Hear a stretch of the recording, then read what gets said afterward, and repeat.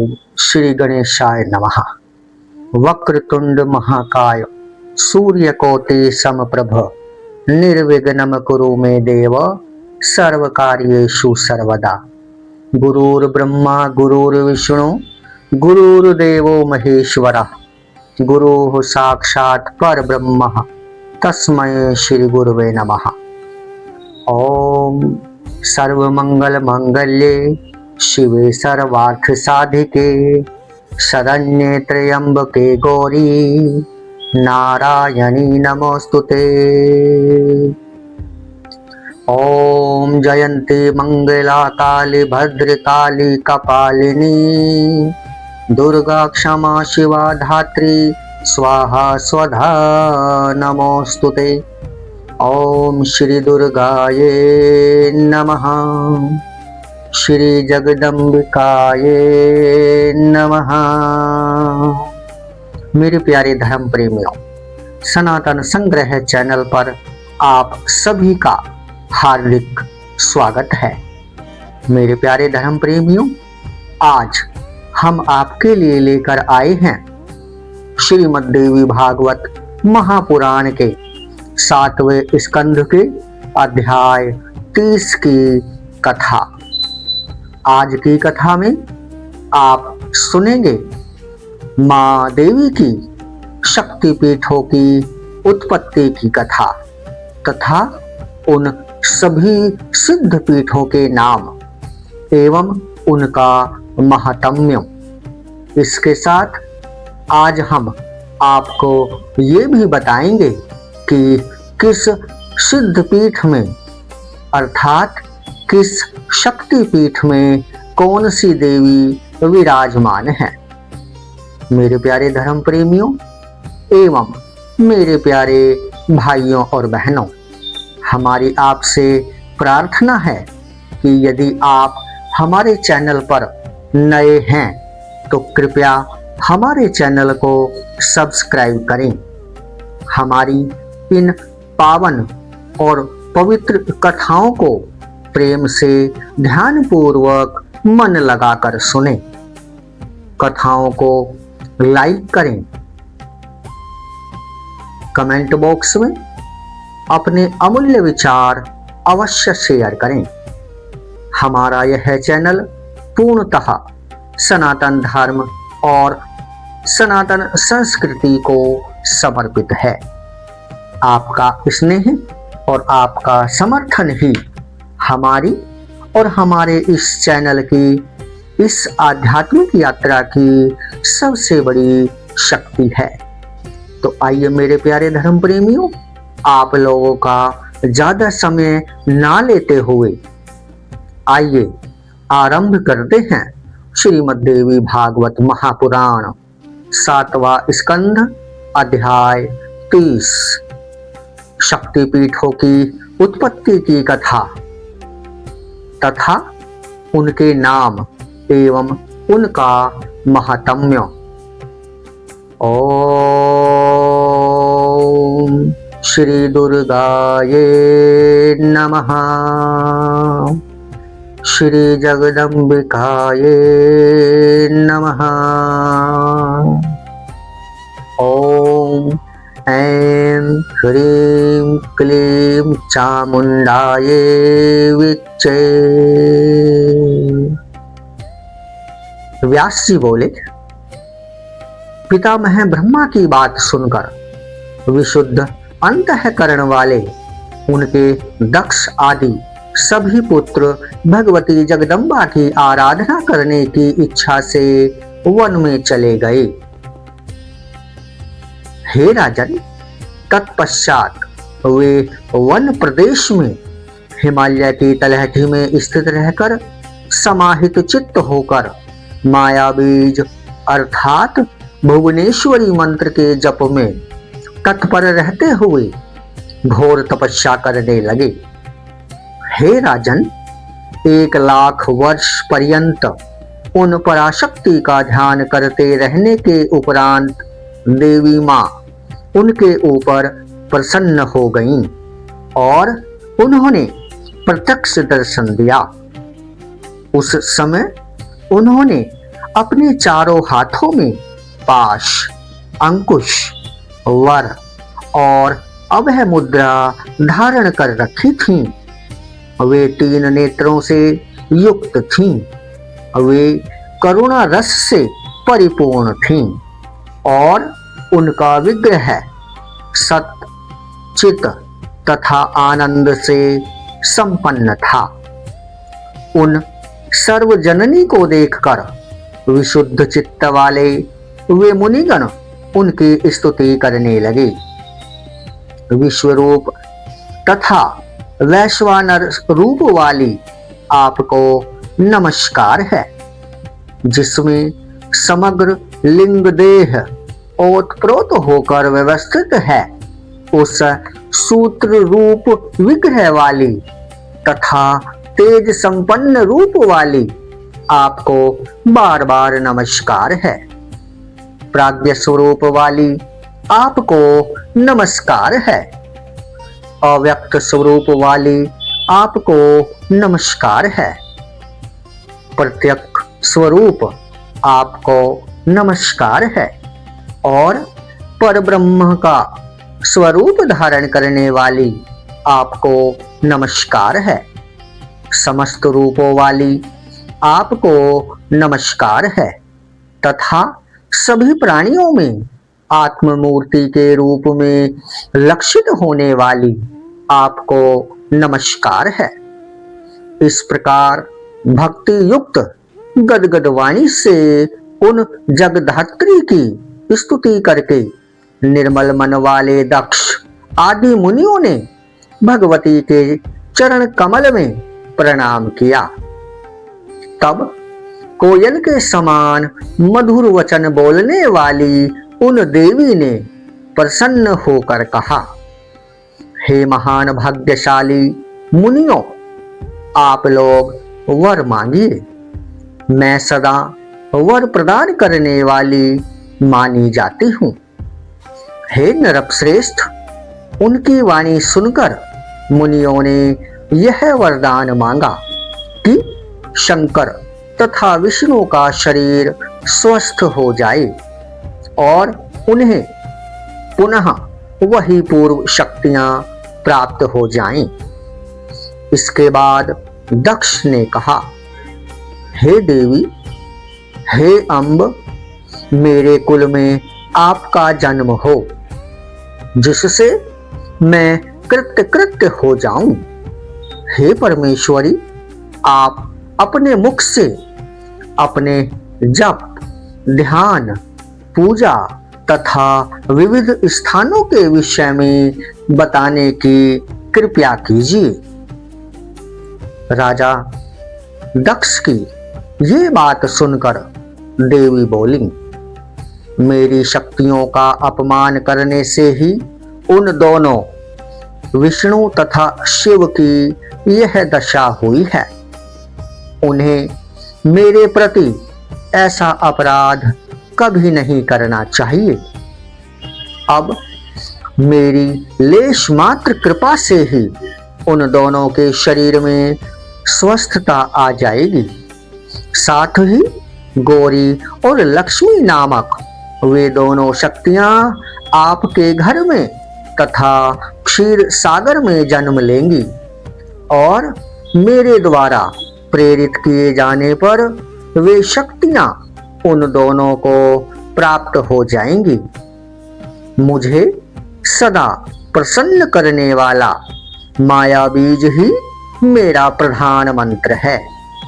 मेरे विराट रूप का अथवा आपके समक्ष उपस्थित इस रूप का अथवा सच्चिदानंद रूप का ध्यान करना चाहिए। संपूर्ण जगत ही मेरा निवास स्थान है। आप लोगों को सर्वदा मेरा पूजन तथा ध्यान करना चाहिए।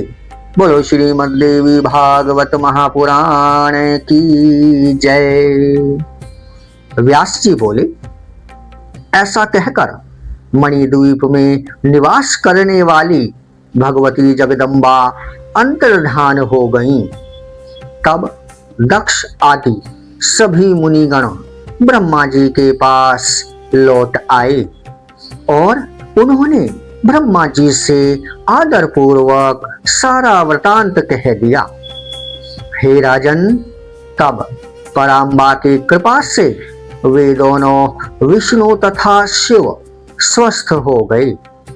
उनमें अपने अपने कार्य संपादन की क्षमता आ गई और वे अभिमान रहित भी हो गए।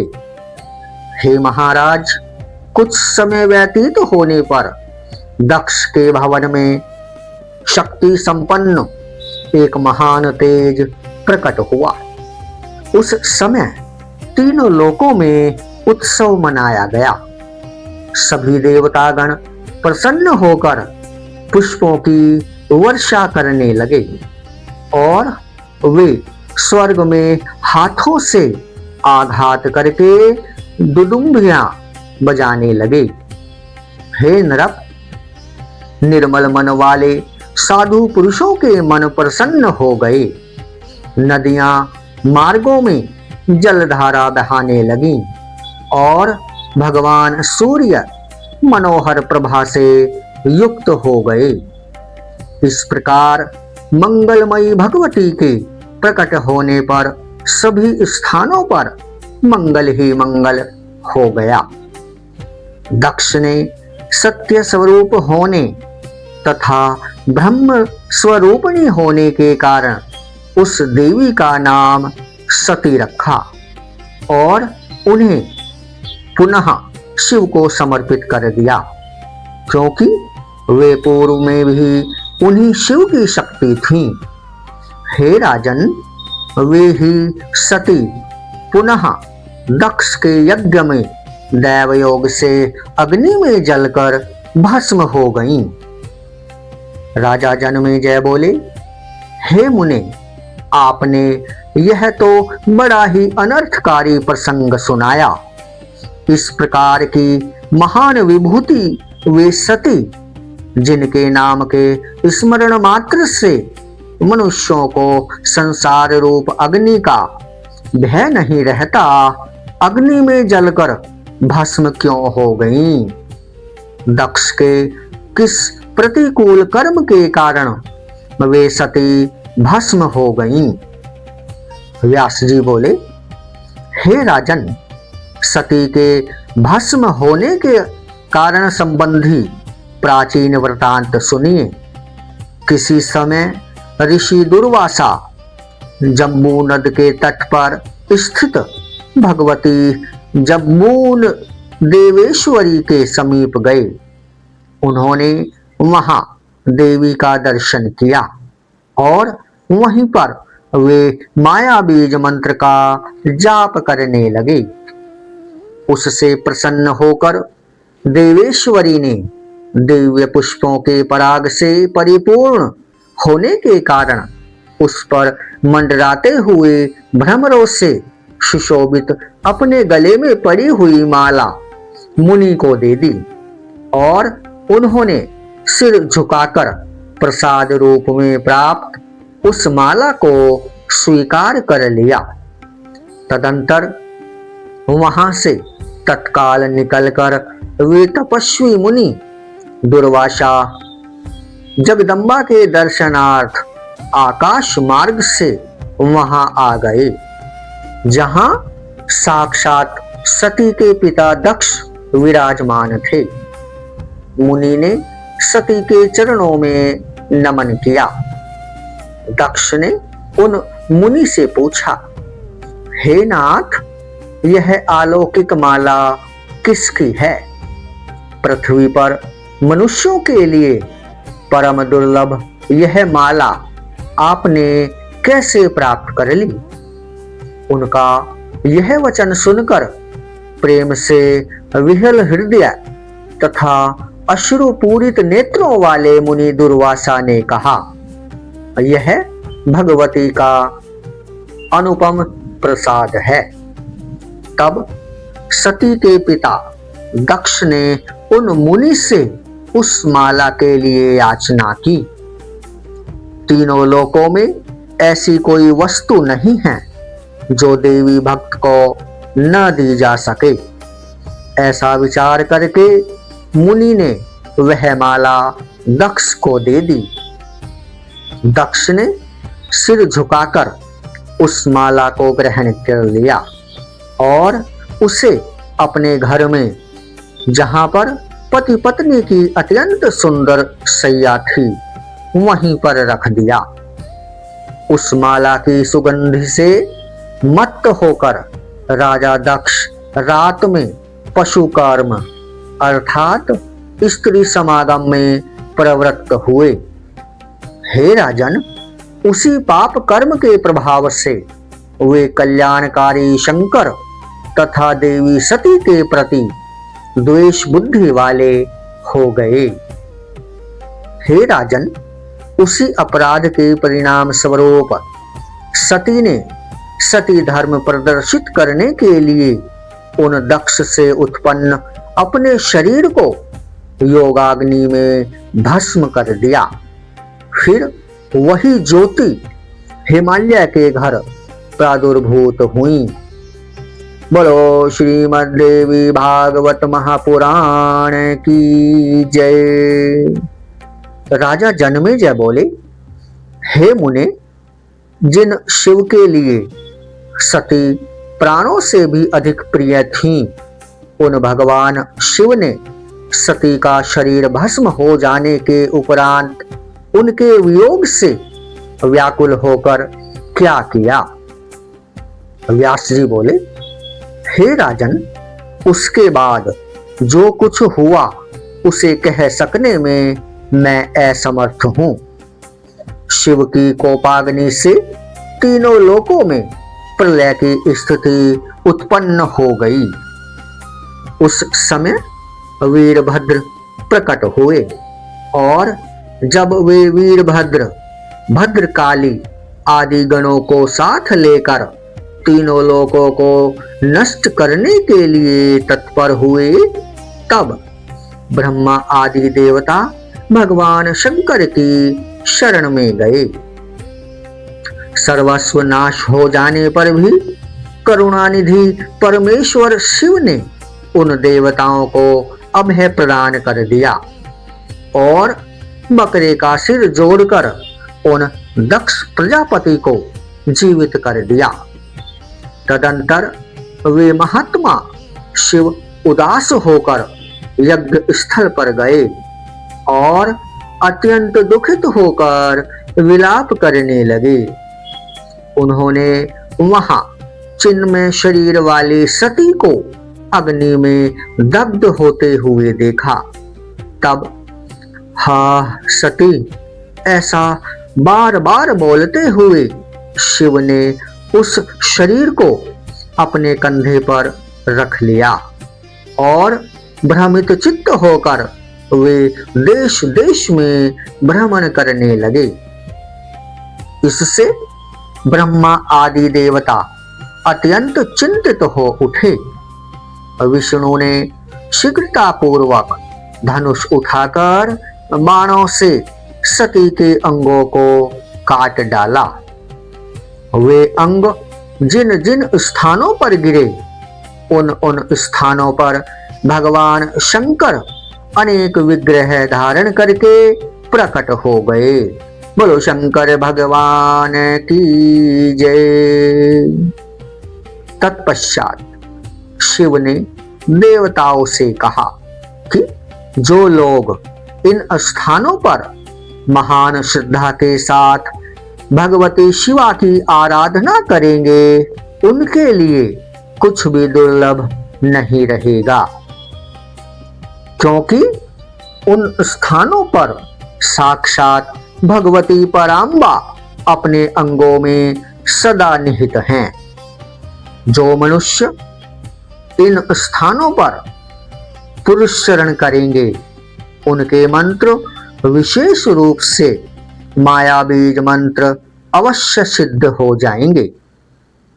हे नरक श्रेष्ठ, ऐसा कहकर सती के विरह से अधीर भगवान शिव उन स्थानों में जप, ध्यान और समाधि में संलग्न होकर समय व्यतीत करने लगे। बोलो श्रीमद् देवी भागवत महापुराण की जय। जन्मेजय बोले, हे अनघ, वे कौन से स्थान हैं जो सिद्ध पीठ हुए? वे संख्या में कितने हैं? उनके नाम क्या हैं? मुझे बताइए। हे कृपाकर, हे महामुने, उन स्थानों पर विराजमान देवियों के नाम भी शीघ्र बतला दीजिए, जिससे मैं कृतार्थ हो जाऊं। बोलो श्रीमद् देवी भागवत महापुराण की जय। व्यास जी बोले, हे राजन, सुनिए, अब मैं देवी पीठों का वर्णन कर रहा हूं, जिनके श्रवण मात्र से मनुष्य पाप रहित हो जाता है। सिद्धि की अभिलाषा रखने वाले तथा ऐश्वर्य की कामना करने वाले पुरुषों के द्वारा जिन जिन स्थानों पर इन देवी की उपासना तथा इनका ध्यान किया जाना चाहिए, उन स्थानों को मैं तत्वपूर्वक बता रहा हूं। वाराणसी में गौरी के मुख में निवास करने वाली देवी विशालाक्षी प्रतिष्ठित हैं और नैमिषारण्य क्षेत्र में वे लिंगधारिणी नाम से कही गई हैं। उन्होंने प्रयाग में ललिता तथा गंधमादन पर्वत पर कामुकी नाम से कहा गया है। वे दक्षिण मानसरोवर में कुमुदा तथा उत्तर मानसरोवर में सभी कामनाएं पूर्ण करने वाली भगवती विश्वकामा कही गई हैं।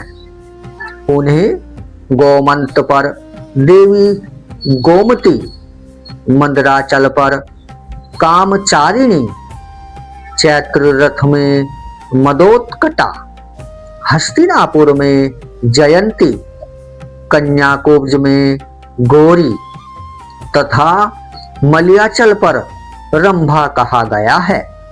बोलो श्रीमद् देवी भागवत महापुराण की जय। वे भगवती एकाम्र पीठ पर कीर्तिमती नाम वाली कही गई हैं।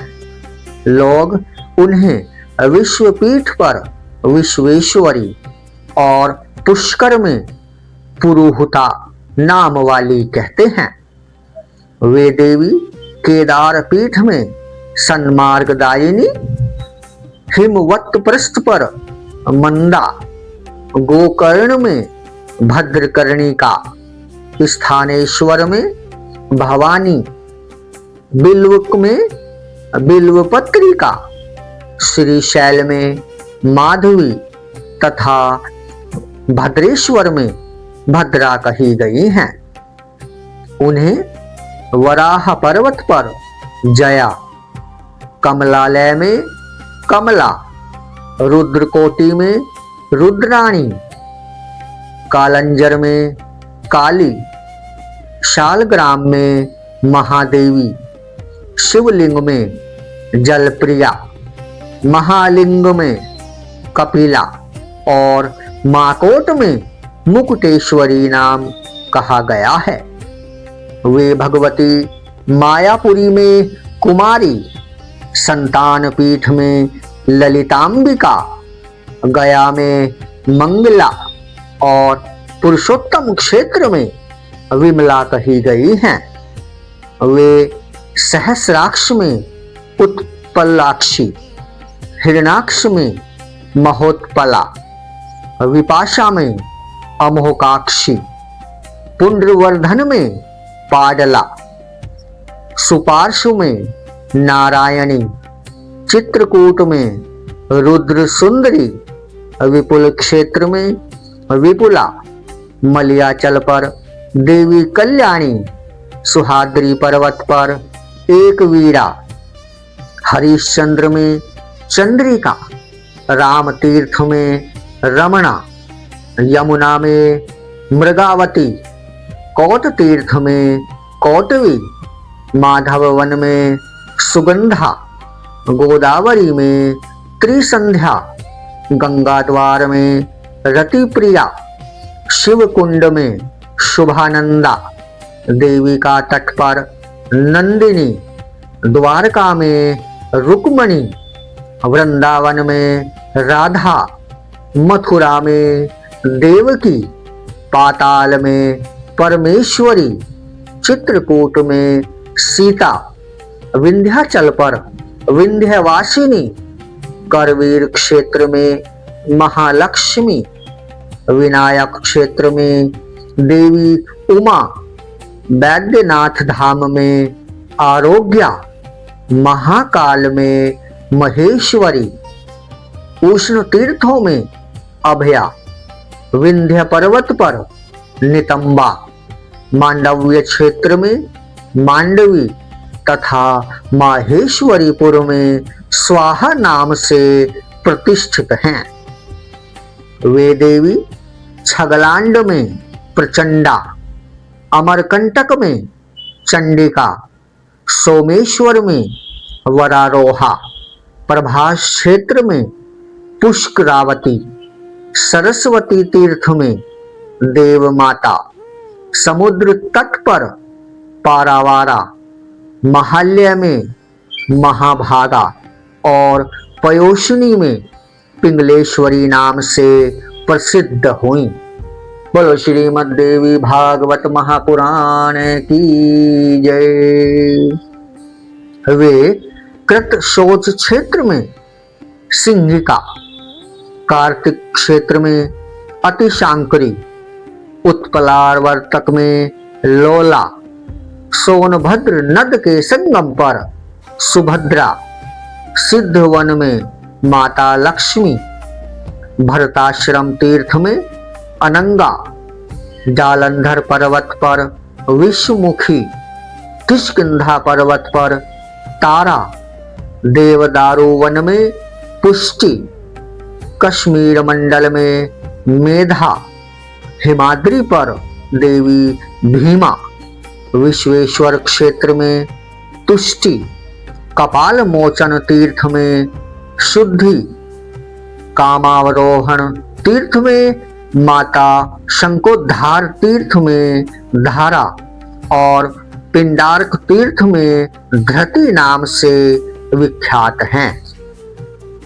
चंद्रभागा नदी के तट पर कला, अच्छोद क्षेत्र में शिवधारिणी, वेणा नदी के किनारे अमृता, बद्रीवन में उर्वशी, उत्तर कुरु प्रदेश में औषधि, कुश द्वीप में कुशोदका, हेमकूट पर्वत पर मनमथा, कुमुद वन में सत्यवादिनी, अश्वत्थ तीर्थ में वंदनीया, वैश्रवणाल्य क्षेत्र में निधि, वेदवदन तीर्थ में गायत्री, भगवान शिव के सानिध्य में पार्वती, देवलोक में इंद्राणी, ब्रह्मा के मुखों में सरस्वती, सूर्य के बिंब में प्रभा तथा मातृकाओं में वैष्णवी नाम से कही गई हैं। सतियों में अरुंधति, अप्सराओं में तिलोत्मा और सभी शरीरधारियों के चित्त में ब्रह्मकला नाम से वे शक्ति प्रसिद्ध हैं। बोलो श्रीमद् देवी भागवत महापुराण की जय। हे जन्मेजय, ये 108 सिद्ध पीठ हैं और उन स्थानों पर उतनी ही परमेश्वरी देवियां कही गई हैं। भगवती सती के अंगों से संबंधित पीठों को मैंने बतला दिया है।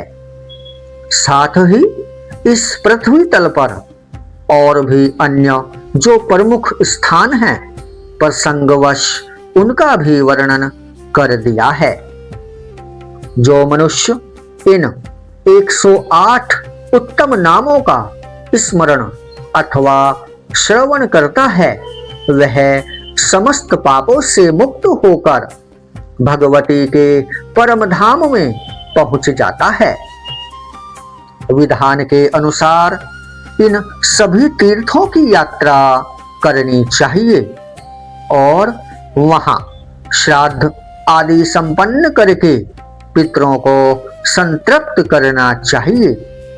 तदंतर विधि पूर्वक मां भगवती की विशिष्ट पूजा करनी चाहिए और फिर जगधात्री जगदम्बा से अपने अपराध के लिए बार बार क्षमा याचना करनी चाहिए। हे जन्मेजय, ऐसा करके अपने आप को कृत्य कृत्य समझना चाहिए। हे राजन, तदंतर भक्ष्य और भोज्य आदि पदार्थ सभी ब्राह्मणों, सुवासिनी स्त्रियों, कुमारिकाओं तथा बटुओं आदि को खिलाने चाहिए। हे प्रभु, उस क्षेत्र में रहने वाले जो चांडाल आदि हैं वे भी देवी रूप कहे गए हैं, अतः उन सब की भी पूजा करनी चाहिए। उन सिद्ध पीठ क्षेत्रों में सभी प्रकार के दान ग्रहण आदि का निषेध करना चाहिए। श्रेष्ठ साधक को चाहिए कि वह उन क्षेत्रों में यथाशक्ति मंत्र का पुरुषचरण करे और माया बीज मंत्र से उन क्षेत्रों की अधिष्ठात्री देवेश्वरी की निरंतर उपासना करे। हे राजन, इस प्रकार साधक को पुरुषचरण कर्म में तत्पर रहना चाहिए। देवी की भक्ति में परायण पुरुष को चाहिए कि वह अनुष्ठान करते समय द्रव्य के व्यय में कृपणता न करे। जो मनुष्य इस प्रकार श्री देवी के सिद्ध पीठों की प्रसन्न मन से यात्रा करता है, उसके पितर 1000 कल्पों तक महत्तर ब्रह्मलोक में निवास करते हैं और अंत में वह भी परम ज्ञान प्राप्त करके संसार सागर से मुक्त हो जाता है तथा देवी लोक में निवास करता है। बोलो श्रीमद् देवी भागवत महापुराण की जय। इन 108 नामों के जप से अनेक लोग सिद्धि प्राप्त कर चुके हैं। जहां पर यह अष्टोत्तर शतनाम स्वयं लिखा हुआ है अथवा पुस्तक में अंकित रूप में स्थित रहता है, उस स्थान पर ग्रहों तथा महामारी आदि के उपद्रव का भय नहीं रहता और पर्व पर जैसे समुद्र बढ़ता है वैसे ही वहां सौभाग्य की नित्य वृद्धि होती है। इन 108 नामों का जप करने वाले के लिए कुछ भी दुर्लभ नहीं रह जाता।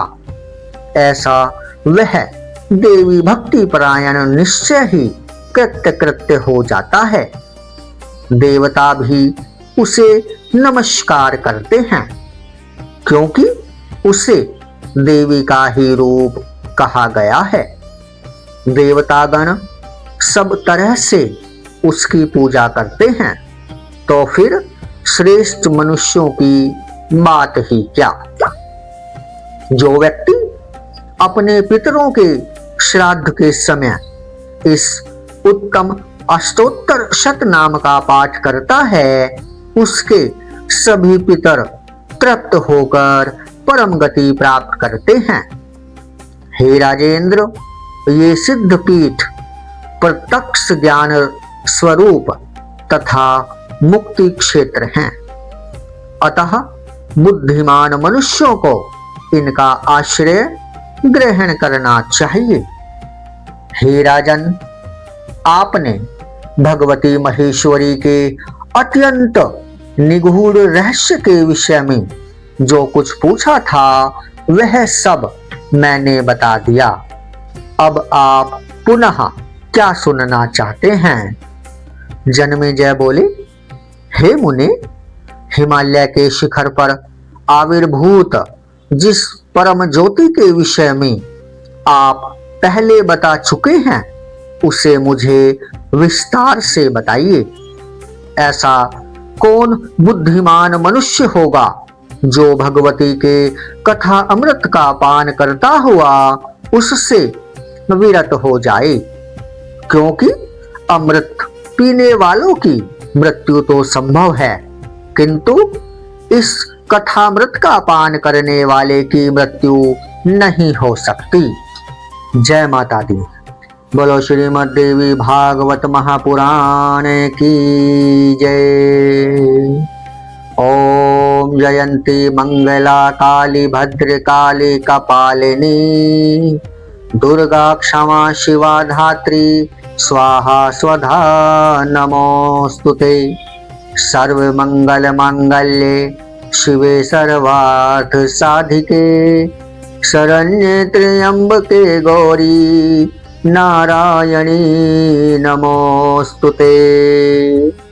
ओम श्री दुर्गाये नमः। श्री जगदम्बिकाये नमः। ओम ऐं ह्रीं क्लीं चामुंडाये विच्चे।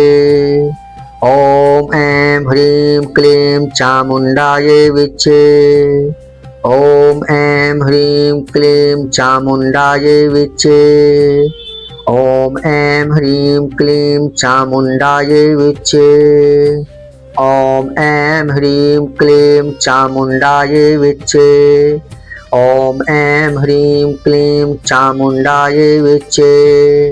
ओम ऐं ह्रीं क्लीं चामुंडाये विच्चे। ओम ऐं ह्रीं क्लीं चामुंडाये विच्चे।